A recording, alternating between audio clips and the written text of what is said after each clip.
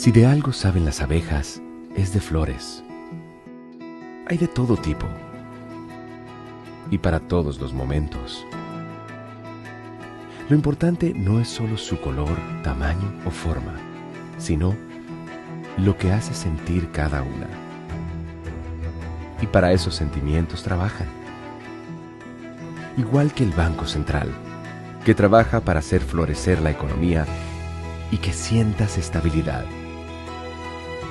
Para ese sentimiento de tranquilidad. Para ese sentimiento de crecimiento y desarrollo. Para que la primavera llegue a todos los sectores y los planes de muchos den grandes frutos. Banco Central de la República Dominicana, 75 años trabajando por una estabilidad que se siente.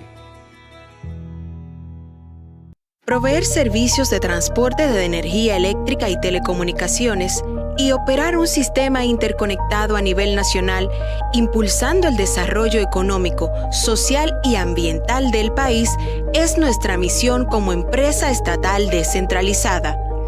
Nuestra gente está comprometida en ser parte integral en la construcción del desarrollo del país y expandir ese progreso a todos los dominicanos, desde los centros de generación a las subestaciones de distribución, con calidad, integridad, compromiso, transparencia, seguridad y en armonía con la comunidad y el medio ambiente. Ese es el reto que cada uno de los integrantes de esta gran familia ha asumido con empeño y dedicación para unir el país con energía. Empresa de Transmisión Eléctrica Dominicana, ETED, uniendo al país con energía. El dominicano, cuando quiere puede, lucha como nadie para progresar. En su corazón la esperanza crece, sabe que la fuerza está en la unidad. Dominicana, dominicano, somos vencedores si me das la mano. Le dimos pa' allá y lo hicimos. Juntos dimos el valor que merece nuestro arte y nuestra cultura, para seguir apoyando el crecimiento de nuestro talento y de nuestra gente. Banreservas, el banco de todos los dominicanos.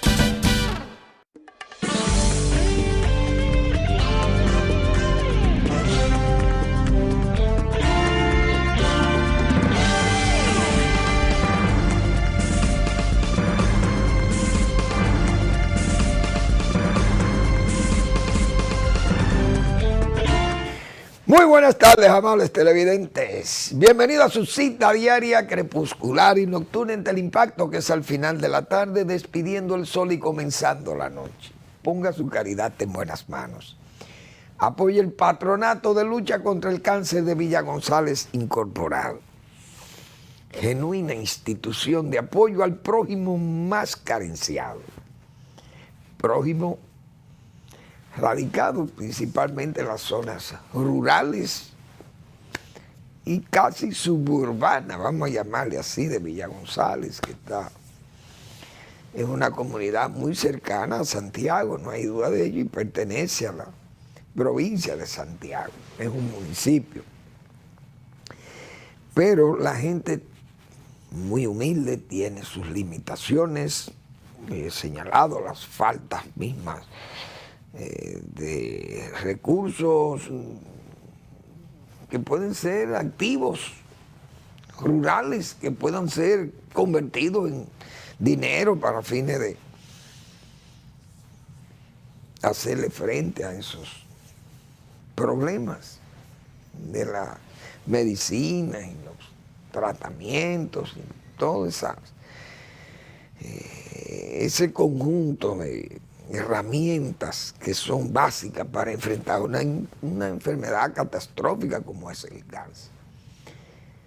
Y bueno, el gobierno ha ido acercando activos, porque ahora están dándole el título definitivo a todo el mundo en las zonas rurales y zonas urbanas, y hay una especie de locura con eso, reeleccionista y populista de los gobiernos, principalmente el gobierno pasado y este, que están en forma eufórica, entregando títulos definitivos y la gente, claro, esos activos los va a convertir mañana, no solamente por los problemas casi entendibles de una enfermedad catastrófica como esta, como es el cáncer, pero además por otras actividades.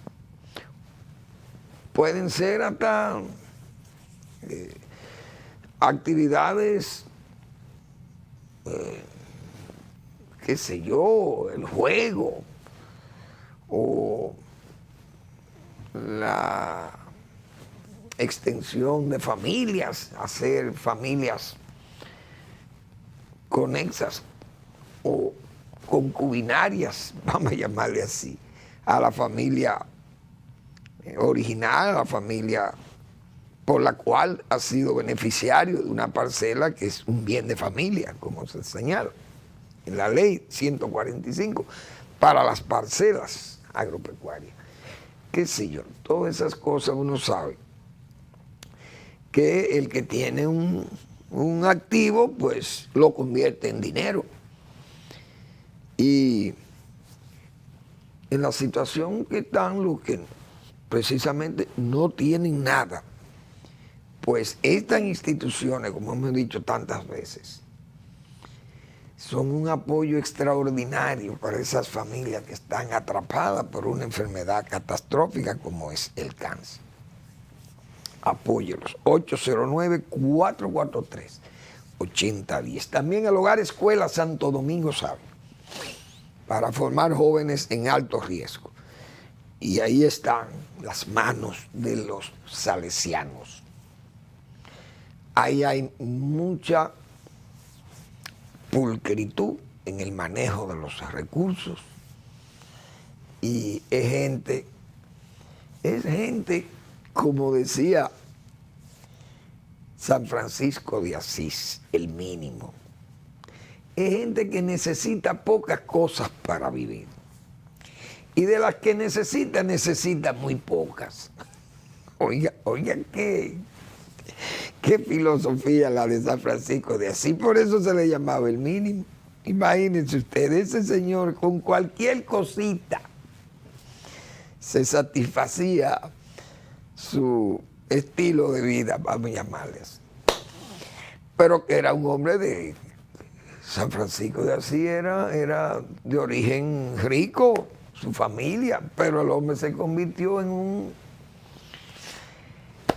un desprendido total de bienes para servirle a Dios. Imitar a Jesucristo, que casi el hombre fue tan puro, fue tan lejos, San Francisco de Asís, valga este paso, que casi lo declaran hereje al hombre para su época. Unas sectas que habían raras para la Iglesia Católica, y así parece que tuvo algunos contactos con esa gente. Pero en verdad fue un hombre extraordinario, San Francisco de Asís. Pues todos los salesianos no son de las mismas congregaciones, de la franciscanos, son salesianos, pero en sentido general esas congregaciones religiosas todas confluyen en ese principio de casi reverenciar la pobreza, como se dice, o sea, hacer votos de pobreza, de humildad, tipo el maestro mayor, el Hijo de Dios. Apoye a esa institución que regenta la congregación salesiana de la Iglesia Católica, el Santo Domingo Sabio. Avenida Independencia, casi esquina Avenida General Gregorio Luperón en Santo Domingo. Bueno, yo me voy a referir a un caso raro que ha sido ese en Estados Unidos, que hayan jueces que rayan tal vez en lo venal, pero yo no voy a decir que es un juez venal, porque yo no tengo las calidades para decir esas cosas. Pero ¿cómo se influencian políticamente los jueces? Y hoy, precisamente, en la pregunta del doctor Marino Vinicio Castillo, el doctor Castillo enfoca precisamente con mucha pedagogía y con mucha información, con mucha formación jurídica, ese juicio de los antipulpos y esas cosas, y esas concesiones que han hecho los jueces, y el escepticismo que crea, que deja un mal sabor a los que no somos abogados o que no entendemos esas cosas y podemos pensar que se debilita la justicia, etcétera, etcétera. Pero hay que leer esa pregunta de Marino Vinicio Castillo de esta semana, de hoy, miércoles, que él publica. Entonces, en Estados Unidos, el expresidente Donald Trump se ha visto involucrado en actos verdaderamente bochornosos para un presidente de los Estados Unidos o un expresidente de los Estados Unidos. Yo creo que en Estados Unidos no había pasado eso nunca. Lo que ha hecho Donald Trump ha dinamitado, pienso yo, la vida democrática de los Estados Unidos. En Estados Unidos hay dos partidos que todo el mundo sabe que esos partidos nada más tienen el nombre distinto, pero en el fondo esa gente son todos iguales, demócratas y republicanos. Son la misma cosa. Pero después de Donald Trump hay que ver que los republicanos se ven como si fuera una ultraderecha en los Estados Unidos, una especie de Ku Klux Klan de blancos, pero que es un partido que tiene muchísimos negros que lo siguen. Pero se ha planteado como un partido radical de derecha y que los demócratas es un partido comunista, como de izquierda comunista, radical. Así se está viendo la política en los Estados Unidos actualmente, después de Trump. Es decir, Donald Trump prácticamente ha dinamitado la política norteamericana con esa conducta tan cuestionada, porque primero su vida como empresario, con muchas dudas y muchas cosas ahí muy oscuras. Pero el hombre aspira y llega a la presidencia de la República con un discurso que le llegó a la gente profunda, como se dice, de la América profunda, de ese Estados Unidos rural y qué sé yo, y lejano, de esos centros de estudio y de poder económico grande. Y zonas que se vieron afectadas, el empleo se ha visto afectada, principalmente esa zona de Michigan, en Detroit, ciudades como Detroit, que se perdió todo el empleo de las automotrices y que esa gente se fueron a México y a Argentina, o se fueron a Brasil o a Europa a producirlo, y todos esos empleos se perdieron. Él aprovechó y fue muy hábil y le dio el triunfo excelente. Entonces Donald Trump, siendo presidente de los Estados Unidos, ha sacado de la Casa Blanca centenares de documentos, un legajo enorme de documentos ultra secretos en los Estados Unidos, pero tan ultra secretos, señores. Ahí hay documentos que dice el FBI y gente de la Casa Blanca le han dicho al Washington Post. Ahí hay documentos que ni el presidente lo puede ver. Eso es un grupo, una cosa selecta que hay ahí, de unos comités especiales para autorizar quiénes pueden leer esos documentos. Eso es una cosa ultra secreta. Y Donald Trump tomó esos documentos y se los llevó a su casa de veraneo y guardó esos documentos. El FBI comienza a investigar, o la nueva administración comienza a investigar que faltan una serie de documentos y comienzan a exigir documentos. Los abogados de Trump le entregan una parte de los documentos, pero el FBI tiene dudas que hay documentos todavía más comprometedores que no han sido devueltos y que ellos necesitan buscar esos documentos. Van donde un juez, el juez le autoriza que pueden intervenir y allanar la casa de Donald Trump, e intervienen y allanan la casa de Donald Trump y encuentran documentos todavía más comprometedores y más delicados, que son documentos sobre armas nucleares de otros países, adversarios o enemigos de los Estados Unidos o amigos de los Estados Unidos. No lo definen. Simple y llanamente que son documentos referentes a asuntos, a armas nucleares de otros países. Es decir, son cosas gravísimas por las cuales el señor Donald Trump está inculpado o por lo menos señalado como culpable. Los abogados que negaban que no había más documentos tuvieron que caer, como dicen, de bruces, los abogados de Trump, cuando ha aparecido todo esto. Y el FBI parece que quiere seguir, o no parece, sino que va a seguir en la investigación y ampliando esta investigación. Pero ¿qué ha pasado? Que ahí es que se define lo que yo desde el principio he dicho: cómo pasa un juez en los Estados Unidos de este tipo. La señora Aileen Cannon es una juez federal de Miami o de Florida, que fue nombrada por Donald Trump. Donald Trump la nombró ahí. Esa señora, los abogados de Trump y Trump, le piden que impida que esos documentos, la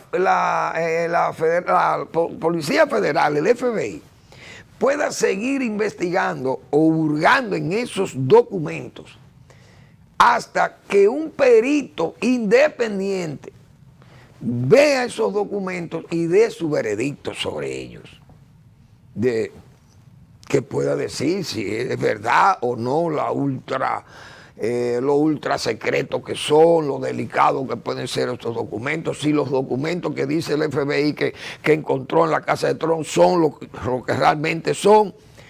Es decir, la jueza, señores, falló a favor de Trump, que fue el que la nombró ahí, y paró el proceso. Esa jueza dijo que no se podía seguir hurgando en esos documentos hasta que un perito experimentado e independiente revise esos documentos. O sea, ya le ha puesto una traba o ha puesto un muro de contención a la investigación una jueza nombrada por Trump. Entonces, esas cosas, señores, pasan en los Estados Unidos, que los presidentes nombran jueces para que le fallen a su favor. Es una cosa que yo pensé que en Estados Unidos eso no se podía ver, porque esa democracia ha sido tan limpia. Pero es que Donald Trump ha dinamitado la democracia norteamericana. Y esas cosas pueden derivar, pienso yo, en que en Estados Unidos entonces se va a poner de moda que cada presidente antes de salir va a nombrar sus jueces y todo, porque aunque los nombra los jueces supremos, y a esos jueces federales parece que el presidente es quien los nombra, pero que en Estados Unidos no se veía esa inclinación de un juez que favoreciera así a una persona que lo favoreció con nombrarlo, porque eso es politizar la justicia. Pero bien, eso es en Estados Unidos. Mencioné lo de aquí porque fíjense cómo ese juez, un juez del sistema, cambió la medida de coerción de la gente que estaban presos, que ya el juez entendió que habían cumplido muchos meses ahí, que ya la medida de coerción no tenían razones como para que esa gente estuvieran presos, porque ya esa gente van a juicio de fondo y que ya prácticamente no hay más pruebas que recoger. Pero el Ministerio Público no quedó satisfecho y dice que no, que todavía ellos necesitaban como mantener a esa gente ahí porque esa gente todavía borra evidencia o daña o qué sé yo. El asunto es que el propio doctor Castillo hoy enfoca lo que puede ser desilusionante para la gran mayoría del pueblo, incluso los que somos ignorantes de esos temas jurídicos, y que podemos ver como una debilidad o que hay acuerdos, porque nosotros nos hemos atrevido a decir que hay acuerdos y que esa coincidencia,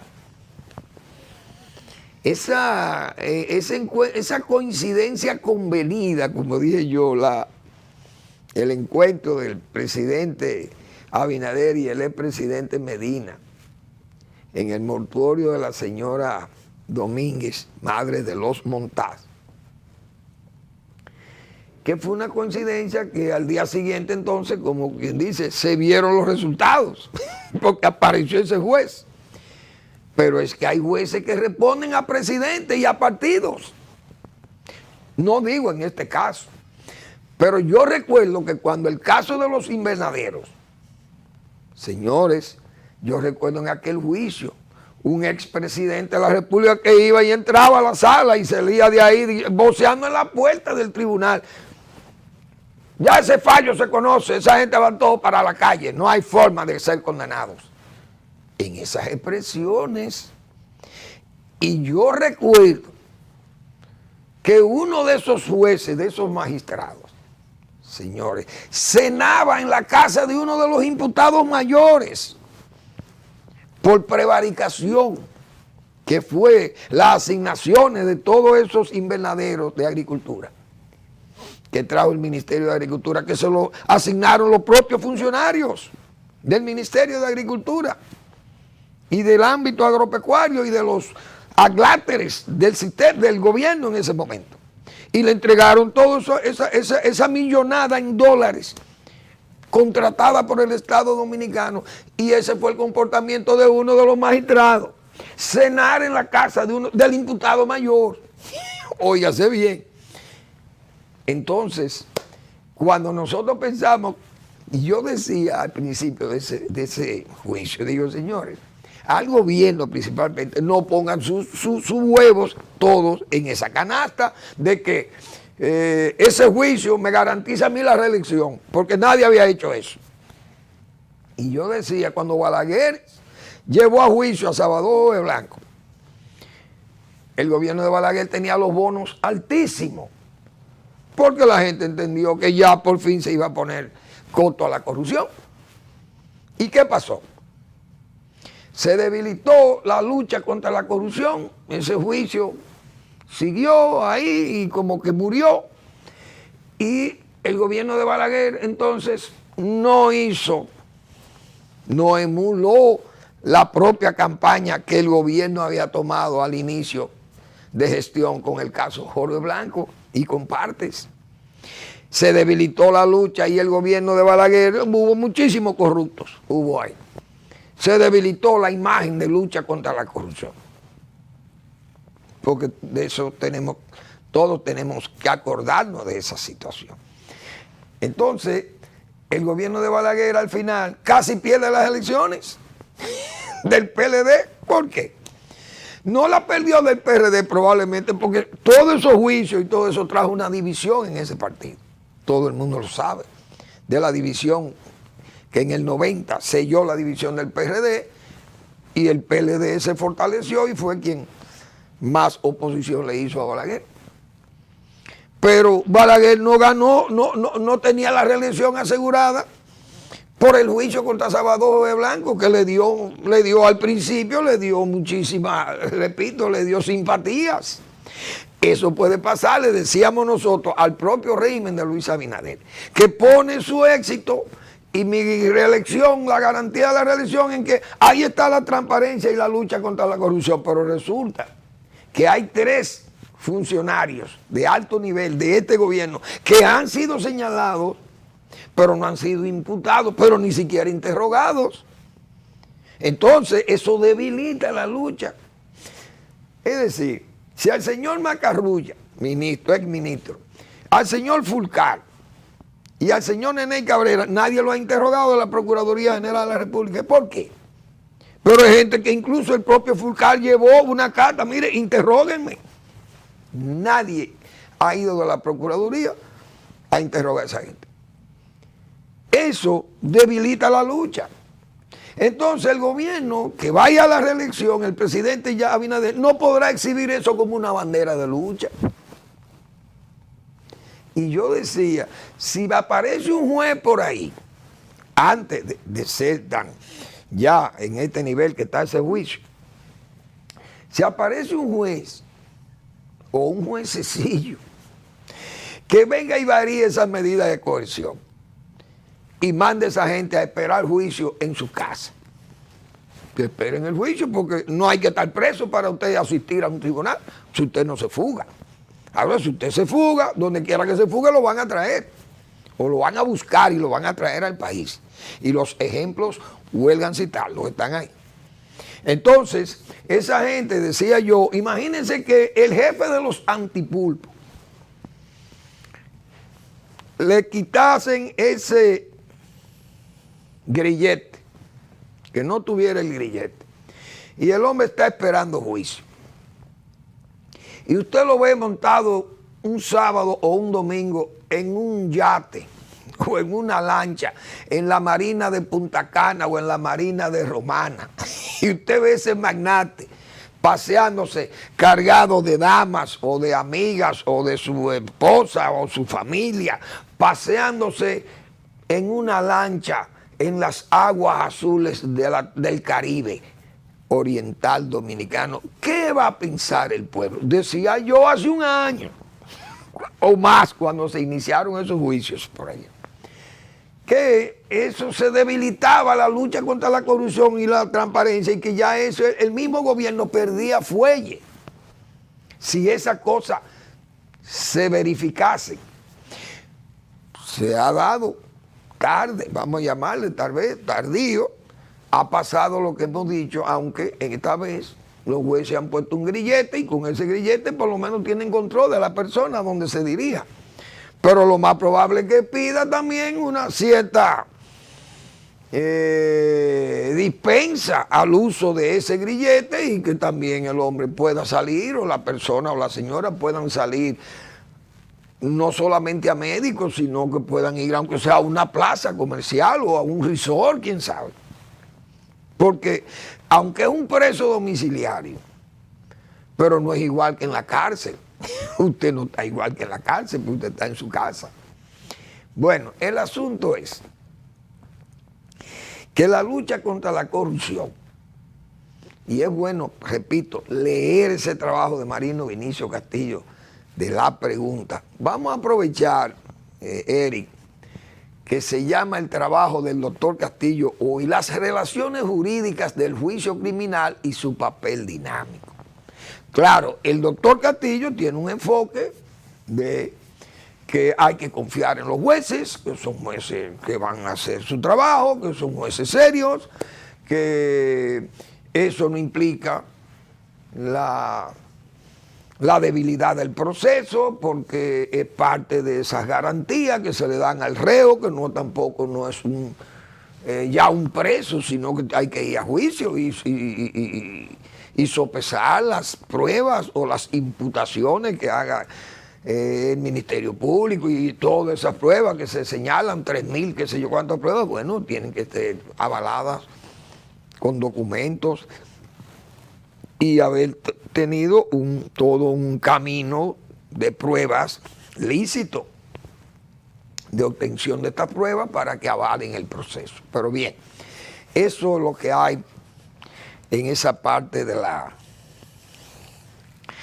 la lucha anticorrupción, que hay muchos casos, como ese que yo cité, de esos 3 funcionarios, que la Procuraduría no ha dicho nada. O por lo menos en el caso de Macarrulla lo dejó fuera, al papá, dejó el hijo, en el caso Medusa. Pero el papá, que era el ministro, no fue tocado, aunque él era el que llevaba el control de la empresa. Y decisiones como las que se tomaron eran decisiones sumamente delicadas, gravísimas, de soborno, y eso es corrupción. Pero el señor fue excluido. El señor Fulcar, todo el mundo sabe que su gestión ha sido decepcionante. Fue decepcionante, una gestión precaria, mala, que el hombre no dio pie con bola y ha dejado allí una estela de casi de de corrupción continuada de lo que había pasado en el periodo anterior de Danilo Medina. Y esas cosas, sumadas a toda la crisis que hay en el sector educativo, pues hacen que sea obligatorio una investigación a su paso por ahí, porque hubo acusaciones gravísimas. Fíjense que hasta un presupuesto mal ejecutado. ¿Quién sabe las cosas, las diabluras que se pudieron haber hecho ahí y que incluso tal vez ni él mismo era culpable? O mejor dicho, no la sabía. Pero hay que investigar todo eso, todo lo que pasó ahí. Pero el caso del señor Cabrera es un ministro. Nada se sabe de un asunto, de unos dineros, de unas pinturas. Eso se quedó así. La Procuraduría no ha hecho nada. La tarjeta que se robaron, la Procuraduría fue por unos bigañuelos, como se dice, unos verdaderos pelagatos. Fue lo que se robaron, los 400, 500 mil. ¿Quién sabe los millones de pesos que se han perdido? Todos esos casos están ahí. Entonces ni siquiera la oposición, principalmente el PLD, que es la que tiene, lo que tiene a toda la cantidad mayor en justicia, el PLD no dice nada tampoco de eso, como si se confirmara el acerto de que hay un arreglo, o pudo haber un arreglo entre el gobierno y Danilo Medina, un arreglo electoral, que es lo que se ha especulado, con fines de cerrarle el paso a su adversario mayor, que es Leonel Fernández. Todo eso hemos hablado nosotros aquí y yo creo que huelga a seguir con ello. Vamos a la pausa y volvemos.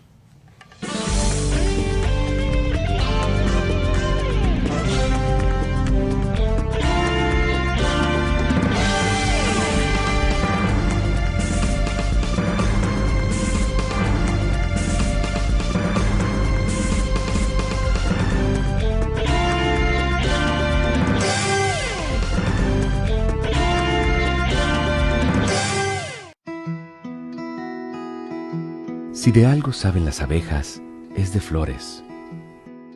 Hay de todo tipo y para todos los momentos.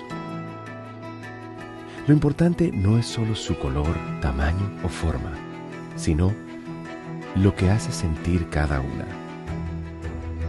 Y para esos sentimientos trabajan. Igual que el Banco Central, que trabaja para hacer florecer la economía y que sientas estabilidad. Para ese sentimiento de tranquilidad, para ese sentimiento de crecimiento y desarrollo, para que la primavera llegue a todos los sectores y los planes de muchos den grandes frutos. Banco Central de la República Dominicana, 75 años trabajando por una estabilidad que se siente. El dominicano, cuando quiere puede, lucha como nadie para progresar. En su corazón la esperanza crece, sabe que la fuerza está en la unidad. Dominicana, dominicano, somos vencedores si me das la mano. Arrancamos y volvimos más fuertes. Juntos trabajamos como un solo equipo para que nuestro deporte pueda seguir llegando a lo más alto. Banreservas, el banco de todos los dominicanos.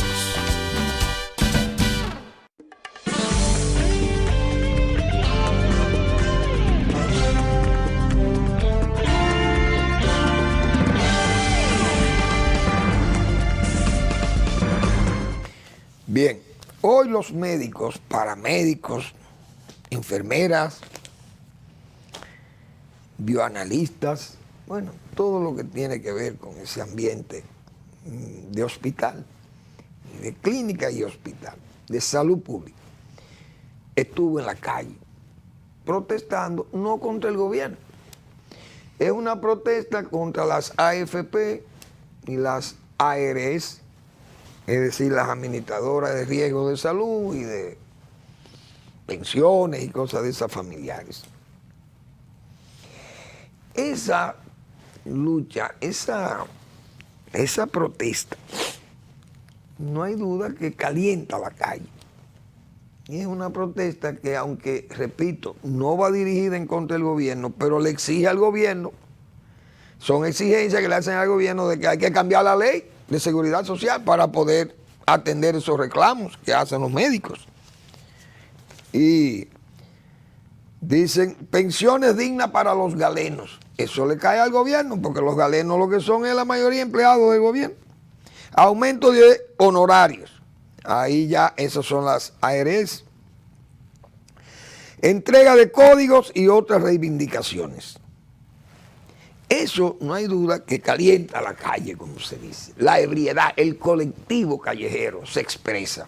Y eso, repito, el gobierno no le puede dar, hacerse de la vista pesada con eso, porque hay que ponerle atención a todas las cosas. Yo vi en esta semana unas declaraciones de la OPE. Todo el mundo sabe que el clima político internacional por la guerra y el clima económico es tan complicado. La OPE es la Organización de Países Exportadores de Petróleo. Entonces ahora hay una OPE Plus o una OPE más que incluye a Rusia. Rusia, todo el mundo sabe que está peleando una guerra en Ucrania, pero no es solamente una guerra contra Ucrania, una guerra contra Occidente. Y ya hemos hablado mucho de eso. Rusia dice que cerró la venta de gas y la venta de petróleo, incluso la va a cerrar para Europa, porque tiene la garantía de que China e India van a comprarle. Pero cuidado con el dumping. Yo estuve viendo que Rusia dice que le va a vender a China, China le va a pagar en rublos, no le va a pagar en dólares ni en euros, sino en rublos, y que además le va a pagar un precio más bajo, le van a vender los rusos.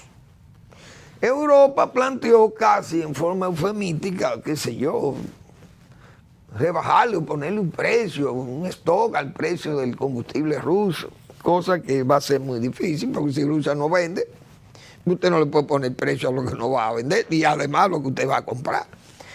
Pero bien, es un derecho de la Unión Europea también decir que no le van a comprar a un precio como diga Rusia o a ningún precio como Rusia dice que no le va a vender. Pero si China compra más barato va a perjudicar a la OPEP, que es la socia de Rusia también. Pero además, China e India son dos economías enormes. Y yo me pregunto, ¿y a quienes India y China le compran, qué va a pasar? Es decir, si China le compra a los Emiratos, le compra a la Arabia Saudita, a Irán, y a Venezuela, y a México, que sea, a los países que producen petróleo, China tendría que dejar de comprarle a ellos para comprarle a Rusia, para ayudar a Rusia, a su amiga que está en apuros. Y la India, que es un país que siempre ha vivido como independiente, pero la India es un país que aunque todos sean independientes, dependen de Occidente. Entonces India es un país que usted no sabe con quién es que está, porque está con Dios y con el diablo, los hindúes. Pero eso va a traer una desestabilización probablemente en el petróleo. La OPEP ha dicho que ellos no van a vender petróleo por debajo de $90 el barril, porque ese es el precio que ellos entienden que le garantiza una estabilidad en la producción, en sus beneficios y para la tecnología y todo eso. Muy bien. Entonces, ese petróleo, si no baja de $90, como dice la OPEP, pero que yo señalo, si China e India no compran a los países que le han vendido tradicionalmente y le compran a Rusia, todo el de Rusia, porque Rusia va a estar bollante, entonces va a crear una falsa, no va a crear demanda de parte de esos países productores, repito. Pero vamos a suponer que se mantenga en $90 el precio del petróleo. ¿Qué va a pasar en República Dominicana? El gobierno está subsidiando los combustibles a partir de que el precio del petróleo se mantenga entre $85 y $115, creo que 110 o $115, en esa franja. Es decir, que si la OPE dice que no va a permitir que baje de 90, el gobierno dominicano va a tener que pasarse todo este tiempo subsidiando esos combustibles. ¿Resistirá el gobierno dominicano? Si el gobierno dominicano no resiste eso y tiene que depender de obligatoriamente poner los precios reales del combustible, ¿qué va a pasar? Va a hablar la calle, se va a expresar el colectivo de la calle, la ebriedad de la calle, porque a eso es que el gobierno le tiene miedo, a que la calle no se exprese o pueda alterarse porque la inflación no ha subido más, y lo ha admitido las propias autoridades, que no ha subido más porque el gobierno tiene un subsidio del petróleo.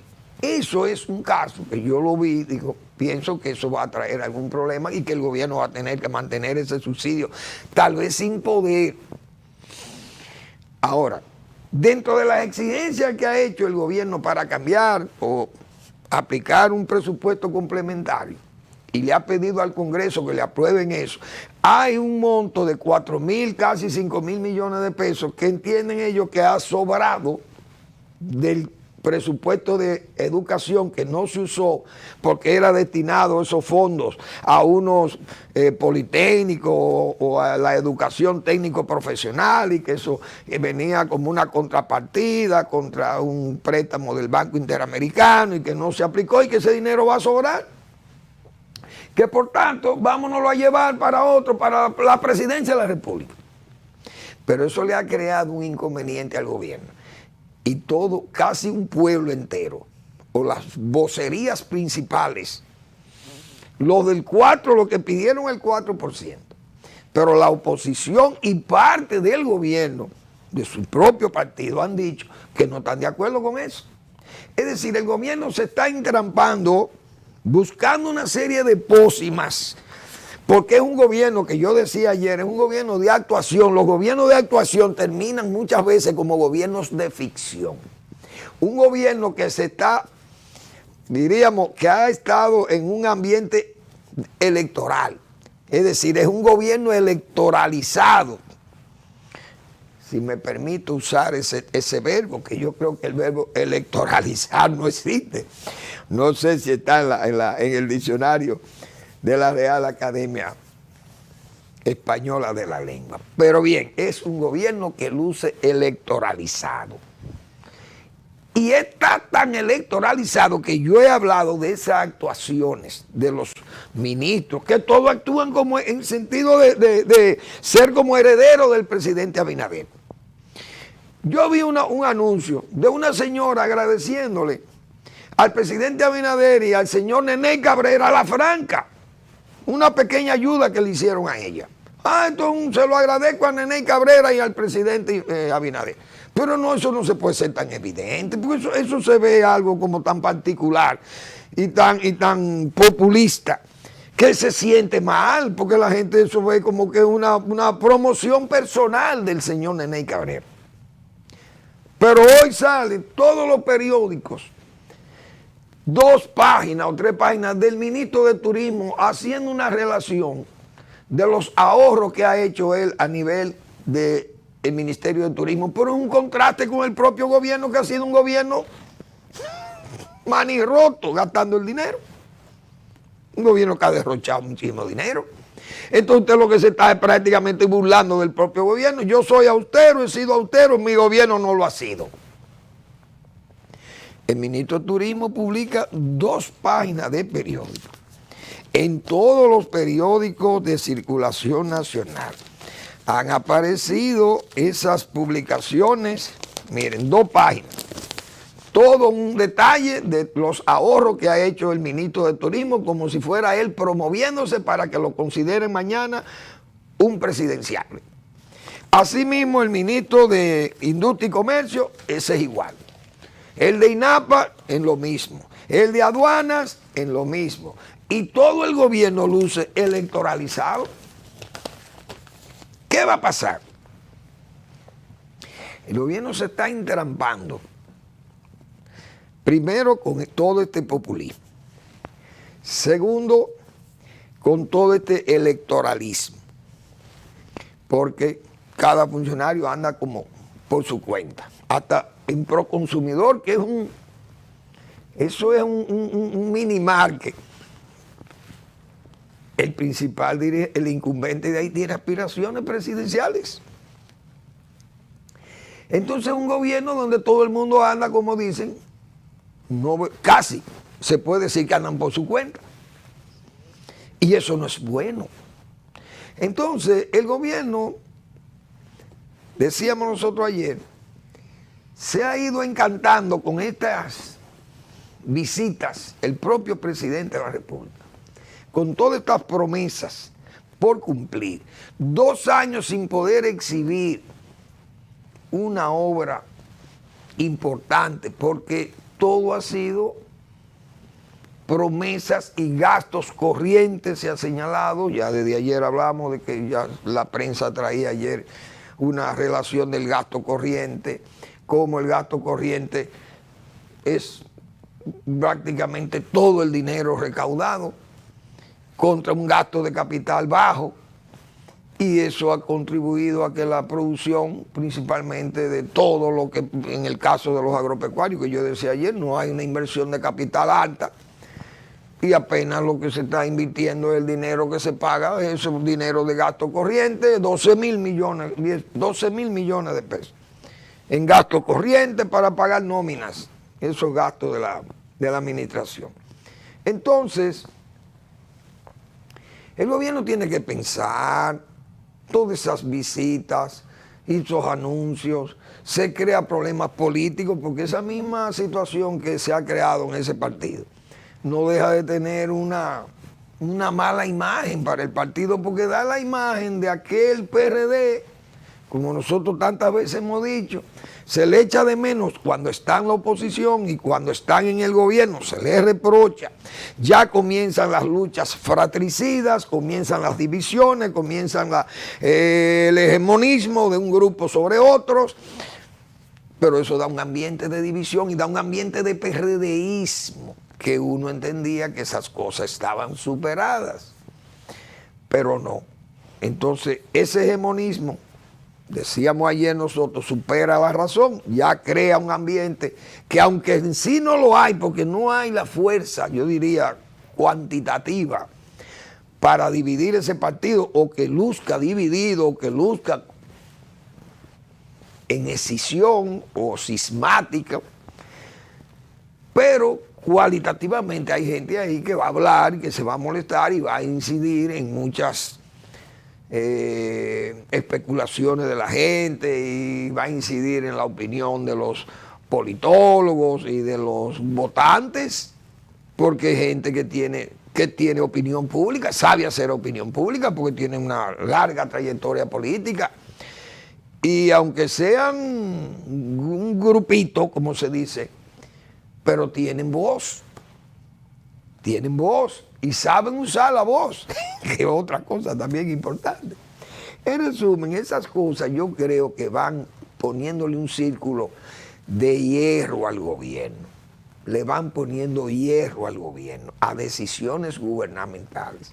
Todo el gobierno el presidente está amparado en sus visitas, que hoy, fíjense que hoy se anuncia, desde mañana prácticamente el presidente va a peinar a Santiago, que yo ayer decía, claro, en tono jocoso y hasta quizá irrespetuoso, pero es una verdad, de que el presidente, por suerte, no lo han invitado al inicio de un campeonato, por ejemplo, de juego de dominó, ahí en Pueblo Nuevo, en Santiago, porque el presidente iría.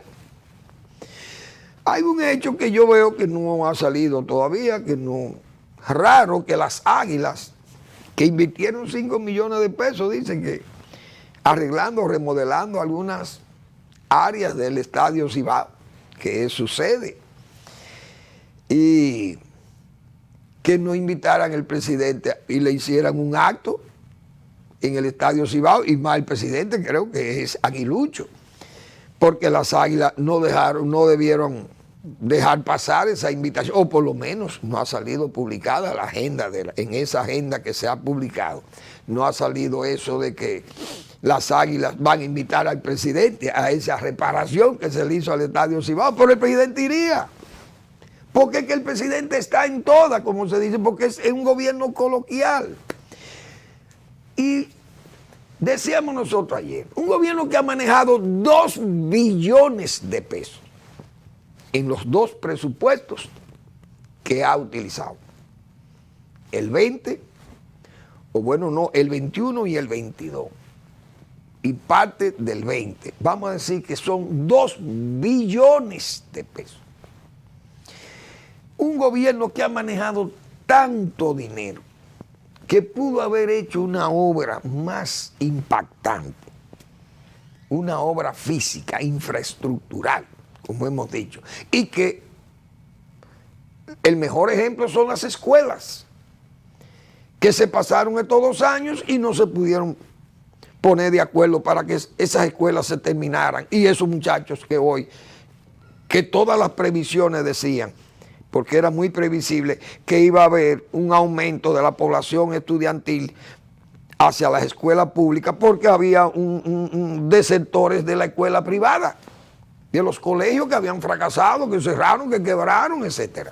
Y esa gente, esa población estudiantil se iba a desplazar y que había que ser previsor.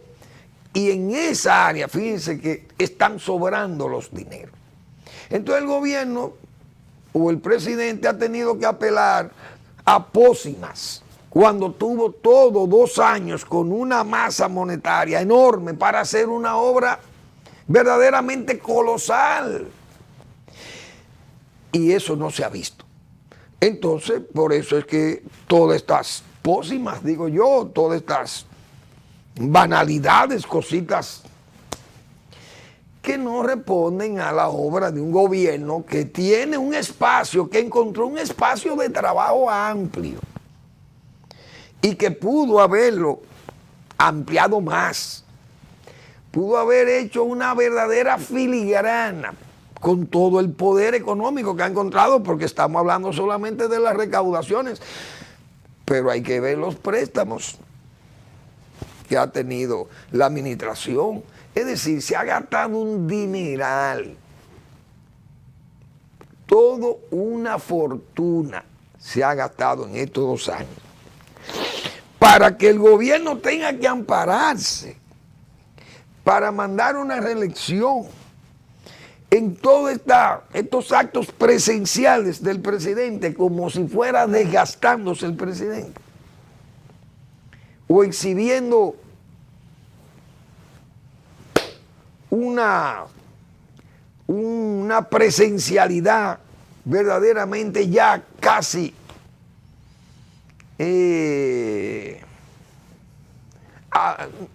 abrumante, porque es que ya la presencia del presidente se pierde hasta la grandeza, se pierde la majestad de la presidencia de la República cuando un presidente se expone tanto. Y yo vengo 2 años con eso. Por ejemplo, el mismo caso de la migración haitiana. Ese caso ha sido evidente de que el gobierno no tiene respuesta. Y lo que hay es una tolerancia que incluso, fíjense cómo haitianos ya se rebelan y dicen que nosotros no podemos sacar a haitianos, que lo estamos cazando, que no se pueden sacar los haitianos en masa. Pero ustedes están entrando en masa y entran en masa y no se pueden sacar en masa. ¿Por qué no se pueden sacar en masa? Entonces eso molesta. No, es que aquí este país se llama República Dominicana, este país no se llama Haití. Y aunque Haití tenga los problemas que tiene, nosotros no podemos aceptar que venga a vaciarse todo aquí, porque aquí encuentra dónde caminar y dónde hacer lo que le dé la gana. No es verdad. Porque México no se puede vaciar en Estados Unidos. Ni Centroamérica se puede vaciar en Estados Unidos porque sean pobres, porque Estados Unidos no puede permitir eso. Es como que la India derrame, todos los hindúes pobres lo derrame para Europa. ¿Y qué ha visto una cosa igual? ¿Y usted puede soportar eso? Entonces el gobierno pudo haberse lucido si tuviera una política coherente migratoria. No la ha tenido tampoco. Entonces lo que hay es verdaderas bolas de humo, una neblina en lo que se ha creado. Nada firme. Y esas cosas, yo dije, la sumatoria de todo esto, en ese ambiente no es fácil reelegir a un presidente de la República. Si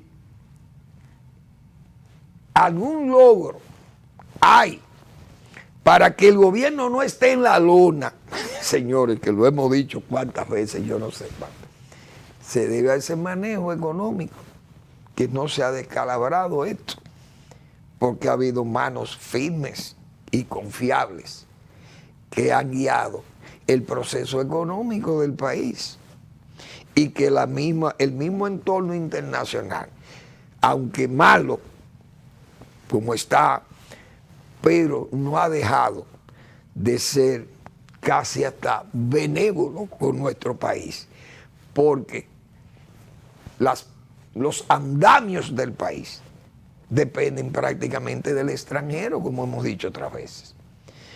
Así que yo creo que el gobierno tiene que actuar con pies firmes y andar con cuidado, porque las cosas se pueden descontrolar, repito. Y entonces vamos a pagar todos lo que se pueda derivar de estas situaciones de protestas, de alzas, de escaseces, e incluso, como yo señalé, de ese combustible, esos subsidios, y el gobierno que sepa actuar, porque ese cambio de dirección del presupuesto de educación, eso le trae unos disgustos tremendos, con gente incluso que le apoyó y que hoy probablemente se sientan altamente decepcionados y disgustados con las políticas gubernamentales.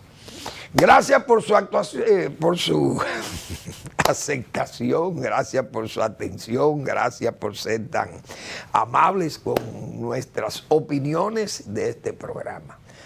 Nos vemos mañana en otra entrega de Al Final de la Tarde, despidiendo el sol y comenzando la noche.